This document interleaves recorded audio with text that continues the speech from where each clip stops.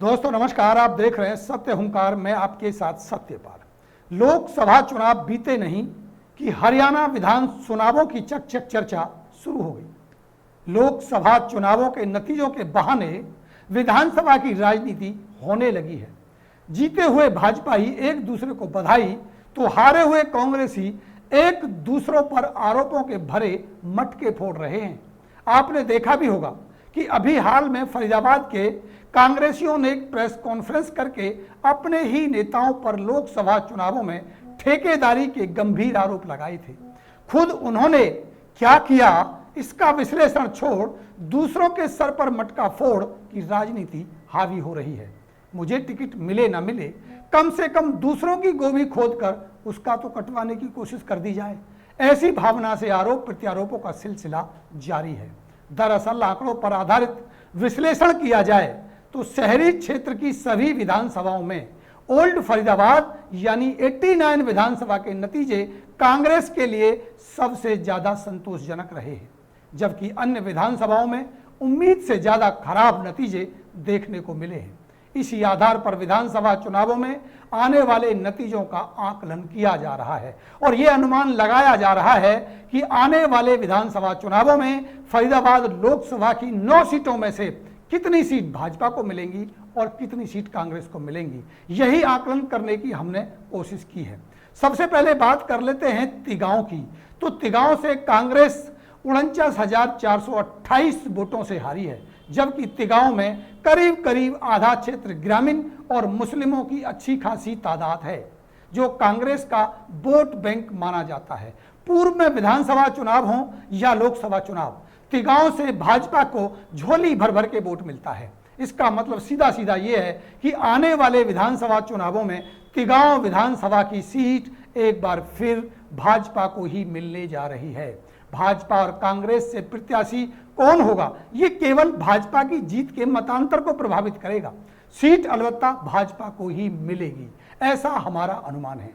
बात करें अगर ओल्ड विधानसभा की, तो ये सीट पूर्ण रूप से शहरी है और वैश्य बहुल्य मानी जाती है। 2014 से 2024 तक हुए चुनावों में लगातार ओल्ड विधानसभा की स्थिति कांग्रेस के लिए बेहतर होती जा रही है। 2024 के लोकसभा चुनावों में कांग्रेस का प्रदर्शन सबसे बेहतर रहा। जैसे 2014 में कांग्रेस को केवल 18,000 वोट मिले, तो वहीं भाजपा को करीब करीब 75,000 वोट मिले। प्रतिशत के हिसाब से कांग्रेस को मात्र 16% वोट मिला था, तो वहीं भाजपा को 82% वोट मिला। 2019 में कांग्रेस को 18,000 से बढ़कर के 26,000 वोट मिले, तो वहीं भाजपा को 1 लाख वोट मिले। प्रतिशत के हिसाब से कांग्रेस को 18%, तो वहीं भाजपा को 80% वोट मिले। केवल 2% वोट का इजाफा कांग्रेस ने पिछले 5 साल में किया, जबकि इलेक्शन इंचार्ज आनंद कौशिक रहा करते थे। अब की बार 2024 लोकसभा में कांग्रेस को 51,000, तो वहीं भाजपा को करीब करीब 85,000 वोट मिले हैं। प्रतिशत के हिसाब से कांग्रेस को 40% और भाजपा को 60% वोट मिले हैं, जो अन्य विधानसभाओं में सबसे अच्छा प्रदर्शन माना जा रहा है, क्योंकि ओल्ड विधानसभा ही एकमात्र ऐसी विधानसभा है या वो विधानसभा क्षेत्र है जो पूर्ण रूप से शहरी है तथा मुस्लिम मतदाता भी सबसे कम यानी मात्र 15,000 के करीब ही हैं। जातिगत आंकड़ों को गौर करें तो 89 विधानसभा में से वैश्य 68 से 70,000 के आसपास हैं, तो वहीं पंजाबी 37,000 हैं। ब्राह्मण 18,000 और एससी वोटों को अगर देखा जाए तो 32,000 वोट हैं। अगर ओबीसी की हम बात करें तो 47,000 वोट बताए जाते हैं। राजपूत 8,000, सिख 7,000, अन्य 15,000 के साथ 80% जो क्षेत्र है वो सेक्टर वासियों का क्षेत्र है, जो पूर्ण रूप से मोदी समर्थक अर्थात भाजपा का कैडर वोट बैंक माना जाता है।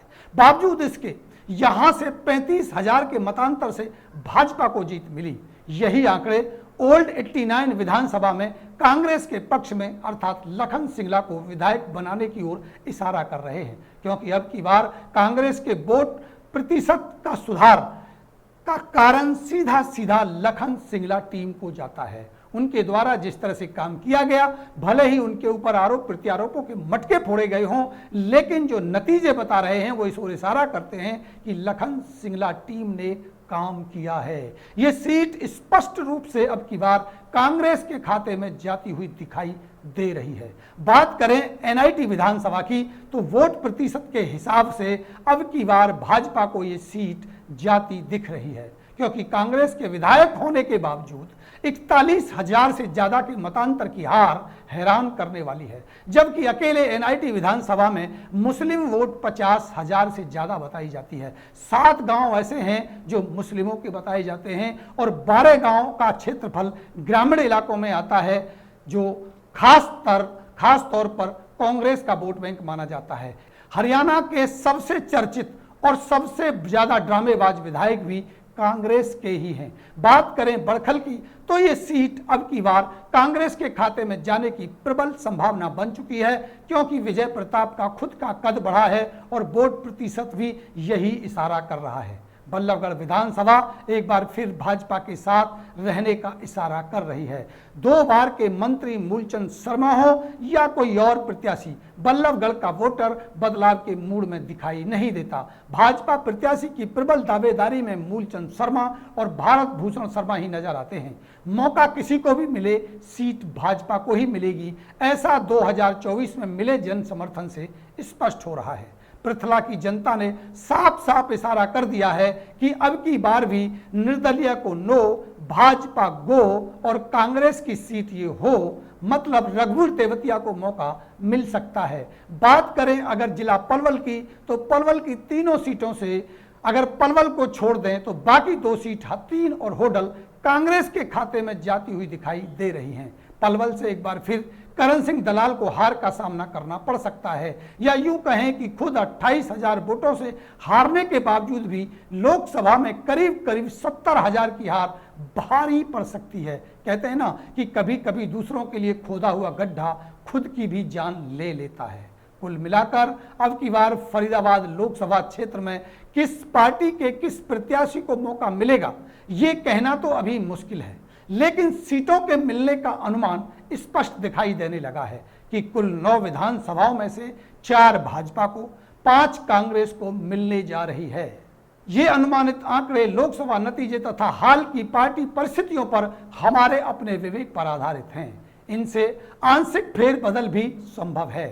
टिकटों का वितरण भी इन आंकड़ों में फेरबदल कर सकता है, इसलिए टिकट वितरण के बाद और सटीक आकलन करने का हम प्रयास करेंगे। भले ही मीडिया रिपोर्ट्स के आधार पर हरियाणा में कांग्रेस की सरकार बनती हुई नजर आती हो, जो राजनीतिक विश्लेषकों की चर्चा है उससे कांग्रेस की सरकार बनती नजर आती हो, लेकिन इतना आसान ये लगता नहीं है। अगर यहाँ तीसरी कोई शक्ति उभर के आती है, मुकाबला त्रिकोणीय बनता है, तो निश्चित रूप से एक बार फिर भाजपा की सरकार भी बन सकती है। अगर मुकाबला भाजपा और कांग्रेस के बीच रहता है तो संभावना 70% तक कांग्रेस के पक्ष में बनती हुई दिखाई देती है। जिस तरह की स्थिति फरीदाबाद में बन रही है, अमूमन यही स्थिति पूरे हरियाणा में बनती हुई दिखाई देती है। हम समय समय पर बदलते परिस्थितियों में विश्लेषण करके आपको बन रहे अनुमानों के आकलन पहुंचाते रहेंगे। आप देखते रहिए सत्य हुंकार। एक बार मैं फिर मिलता हूं, अभी लेता हूं इजाजत। नमस्कार।